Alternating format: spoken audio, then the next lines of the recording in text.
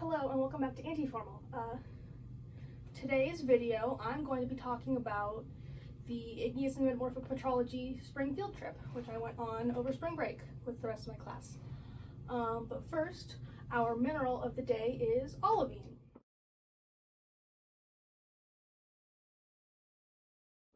So olivine is an iron and magnesium silicate. It can go from all iron to all magnesium.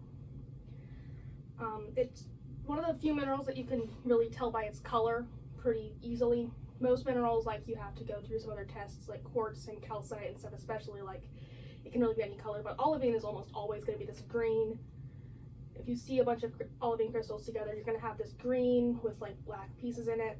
So all of these samples that I have here today are what's known as peridotite, which is a special kind of rock that is made up near entirely of olivines, and it comes from the mantle of the earth, so it sort of actually has to take a ride in some other magmas, because usually if that magma goes all the way up from the mantle, it's going to stop being olivines pretty fast because the olivines are going to crystallize pretty deep in the earth. So you actually can see here that it's like, you can see that there's a peridotite inside and all this dark stuff around, which is just a regular basalt. And so this peridotite had to sort of take a ride up in the basalt magma to stay unchanged. And this is what we call a xenolith, like a different kind of rock. It's a kind of rock.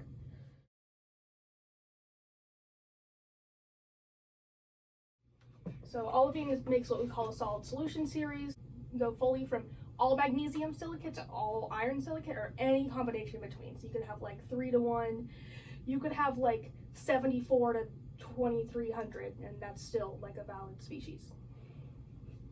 So yeah, now I am going to talk about the field trip. So Igneous and Metamorphic Petrology is a class that you take. You can take it starting the spring of your sophomore year. You don't have to. A lot of people do. And it's mostly an igneous class. We do see metamorphic rocks, we do talk about them, but we're really talking about igneous systems in this class. And so our professor is Dr. Barry Weaver, who is actually retiring after this year. So this is the last year that this field trip will run exactly like this, but it might run still in the future, just in sort of a different way.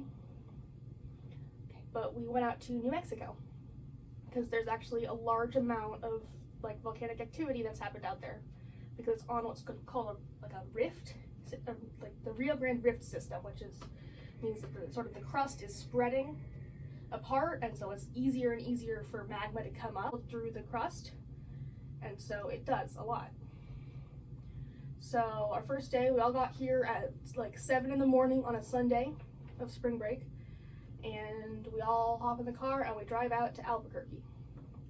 And as we get into Albuquerque, we stop and we look at, you'll see a lot, if you go on geology field trips, you might see a lot of road cuts, which is just like the big rock faces that you see right on the side of the road, because usually it's kind of accessible because you don't even have to like hike or anything, it's just right there.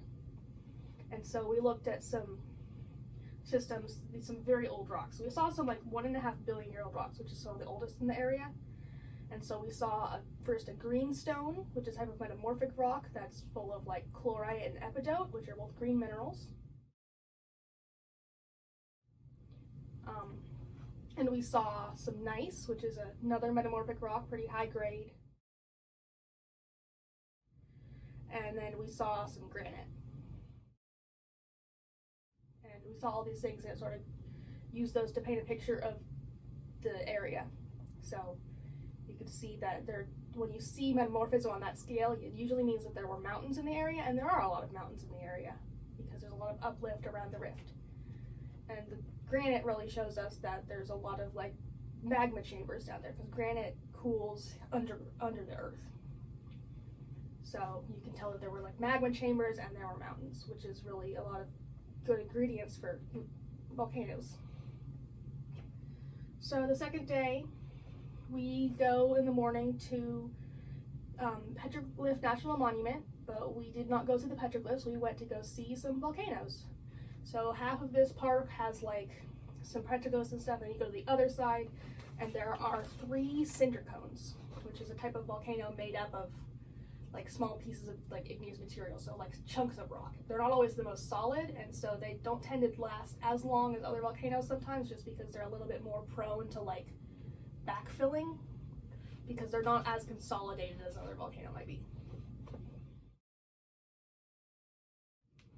So we see those, we see some basalts, and we sort of talk about the processes there. Usually they tend to form in groups, so they form around like a big magma chamber. And then we go out to the Guadalupe Box Canyon and see some more like 1.5 billion year old granite, which was really interesting. That's another place where you see like, you have that magma chamber down there.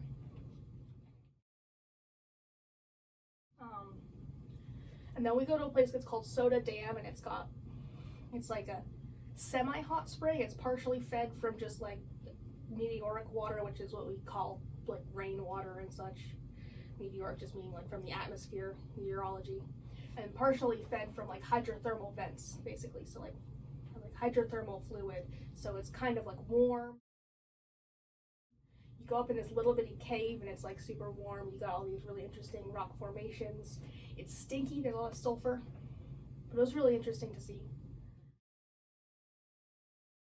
And then we go and we have lunch at a place called Battleship Rock, which is part of the Bandelier Tuff. So tuff is, we call it pyroclastic material or tuff. It's basically this giant rock that's made out of volcanic ash with pieces of pumice and other like volcanic products in it. So not like an actual basalt or anything, not really the heavy rocks, but some of the lighter material that just like gets spewed out by like thousands and thousands of tons at a time when a volcano erupts.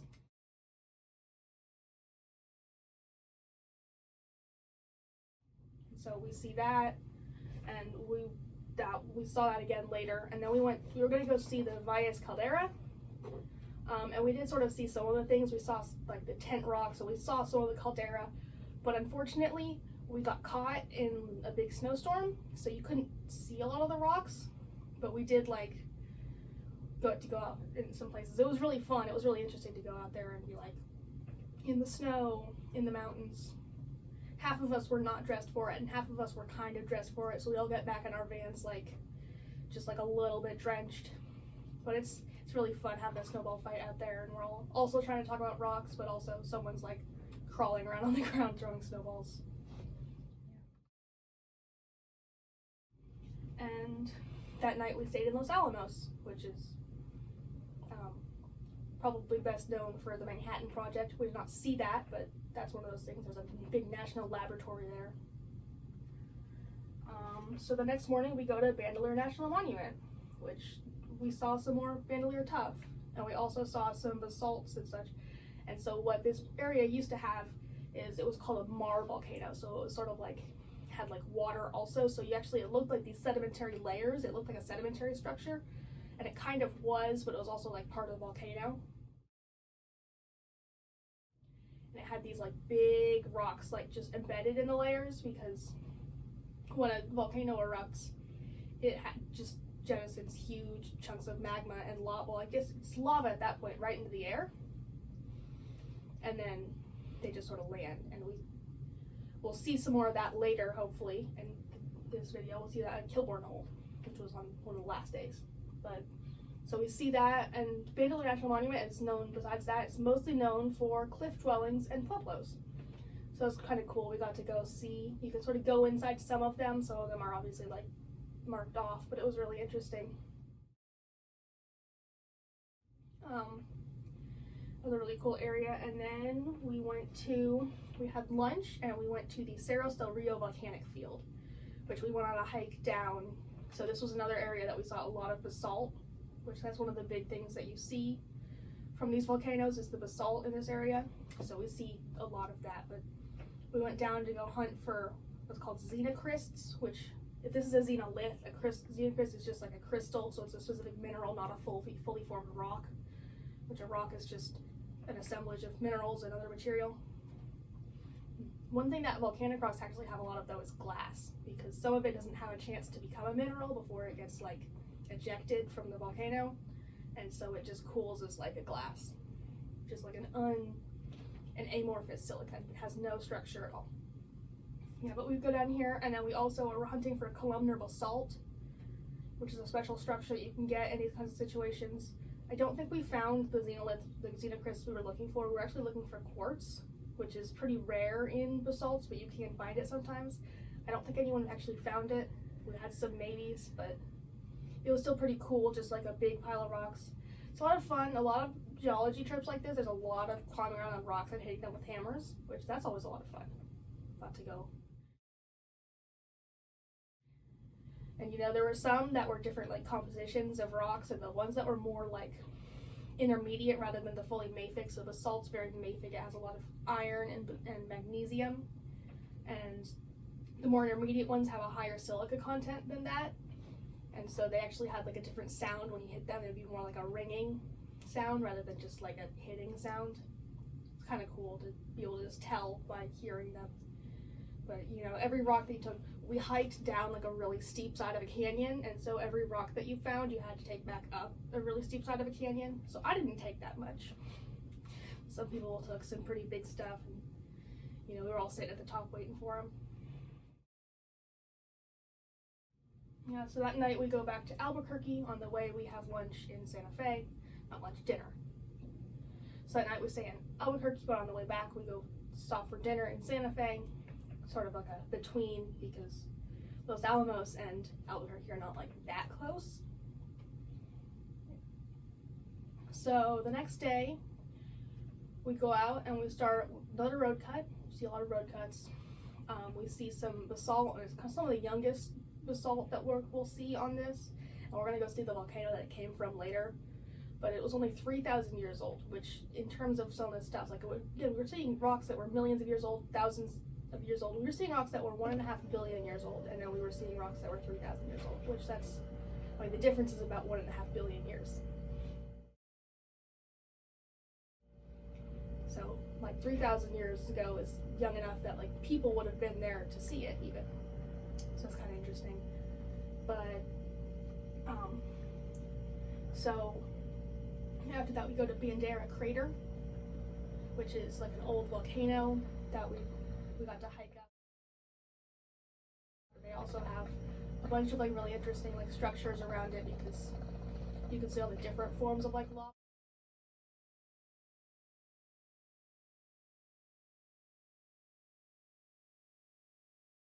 And there were also some lava tubes and vents, and one of those was like collapsed inward, and it formed an ice cave. So year round, no matter what, it's always like 30 degrees in that cave, and there's a huge sheet of ice on the bottom.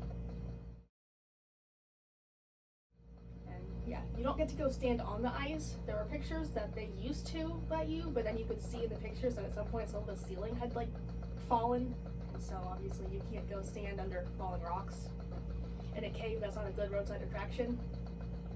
But it was really cool to go hike around some of these different features. We got to see all sorts of different kinds of lava flows. We got to see one, they're called tree holes, and it's where there was a tree there when the lava hit it, and then it burned up really fast, but not so fast that like the lava had time to cool in there, so you can just sort of see the place where the tree used to be. So after that we go out to the Bonzano Mountains and we go see some metamorphic rocks. So we see a lot of more regional metamorphic rocks, which is the ones that you get when you're forming mountains. And so we see some amphibolite, which is mostly amphibole, with I believe some plagioclase, and we see some quartzite and some phyllite.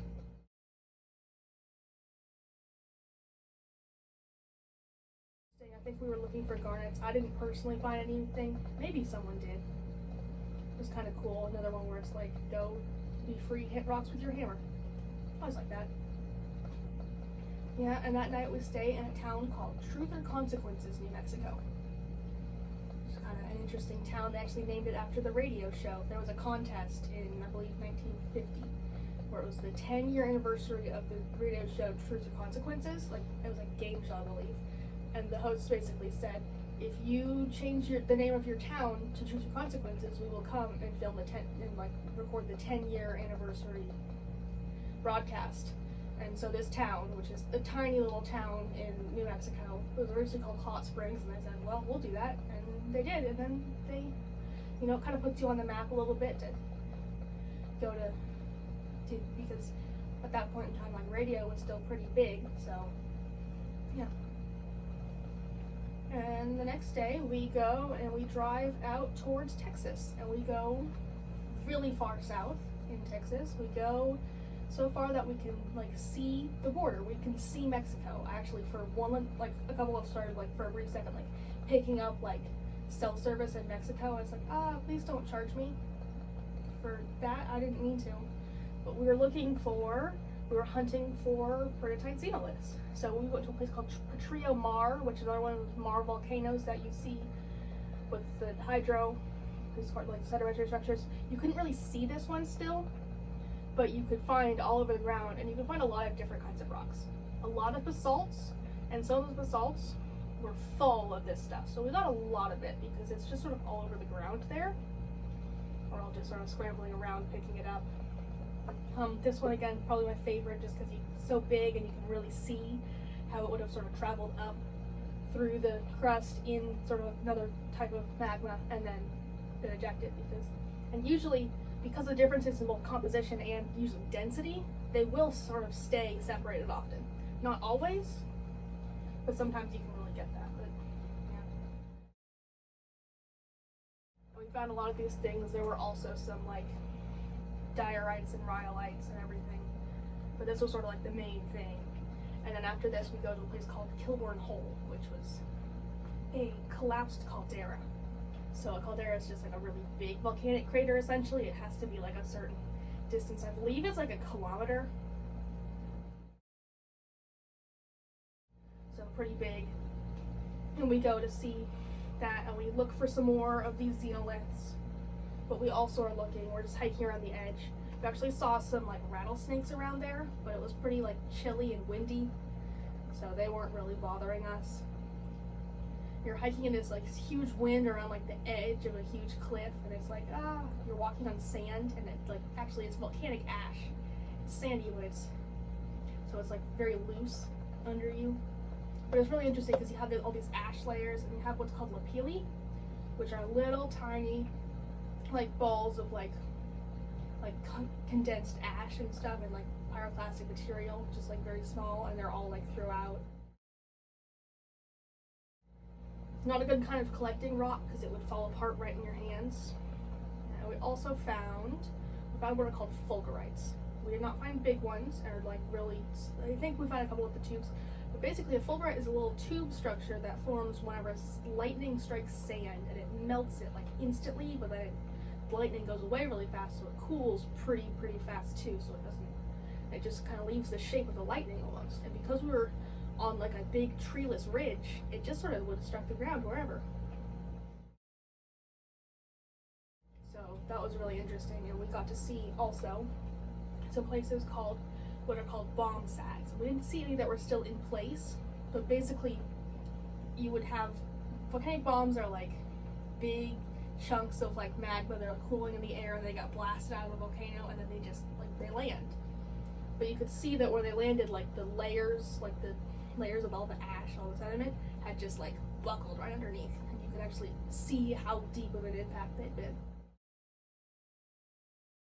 which was really interesting because it's like very dynamic almost, even though you're just looking at layers that have been bent of ash that are like a few thousand years old. Yeah, but that was one of our last stops. But our actual last stop was in El Paso. We went to another road cut to see some really interesting metamorphic rocks. So we saw there were layers of marble, which is metamorphosed limestone, and we saw hornfels, which is a metamorphosed black shale. And these were both what's called contact metamorphism, which is different from regional metamorphism. It usually means that there's like something just like a nearby like magma chamber or hydrothermal fluids or something. So it's not over a huge area. It's just in this one place, and it's due to the contact. And so limestone usually forms in pretty like shallow oceans because it's made mostly of calcium carbonate, which is actually secreted by a lot of like organisms. Like any seashell that you see, that's all going to be calcium carbonate. So it's calcite or aragonite, snails, really most mollusks that have shells, they all are secreting this, and a lot of other animals too. And so when you have all these things breaking down in this area, you're going to be just like depositing calcium carbonate all over the place. And so it's also a really good place to find ocean fossils in this rock. And then black shale, which is what we were seeing, is formed in very deep oceans, and it's very full of, if you heard about black shale, it's usually what they find oil in, right? And so it's full of like very long dead like plankton and algae and everything. So you could actually see that as it changed from marble shallow sea to Hornfels like deeper sea, you could see that like the sea level was changing and all these things. And then there was actually in the middle of it a breccia, which was sort of an intrusive vein that had a bunch of different kinds of igneous rock in it, just like little pieces. It's really interesting. And so you could actually watch how it like cut through. So obviously there was some sort of magma vein in the area. And then that night we all had dinner and went to bed early because we had about a 12-hour drive home. But it was a really, really interesting trip. I definitely saw a lot of things that were really cool to me that I'd never seen and that I might never like get a chance to see again. I'm probably not going to go down and just like down to middle of nowhere Texas border and go hunt for peridotite again. I wouldn't know how to get there. Yeah, but it was really, really interesting. I definitely learned a lot about igneous because so much of igneous petrology is like theoretical, or it's looking at thin sections. So it's looking at very like thin slices of it under the microscope. And so I actually see like the structures and the formations, and even if I see how the processes would have worked, was really interesting, because otherwise you're just looking at all these like numbers and graphs and little pictures, little like the minerals and stuff. So it's really good to be able to see that actually out in the field. Like I said, Dr. Weaver is retiring this year, but the woman who's going to replace him for teaching that class, Dr. Maddie Lewis, was on the trip.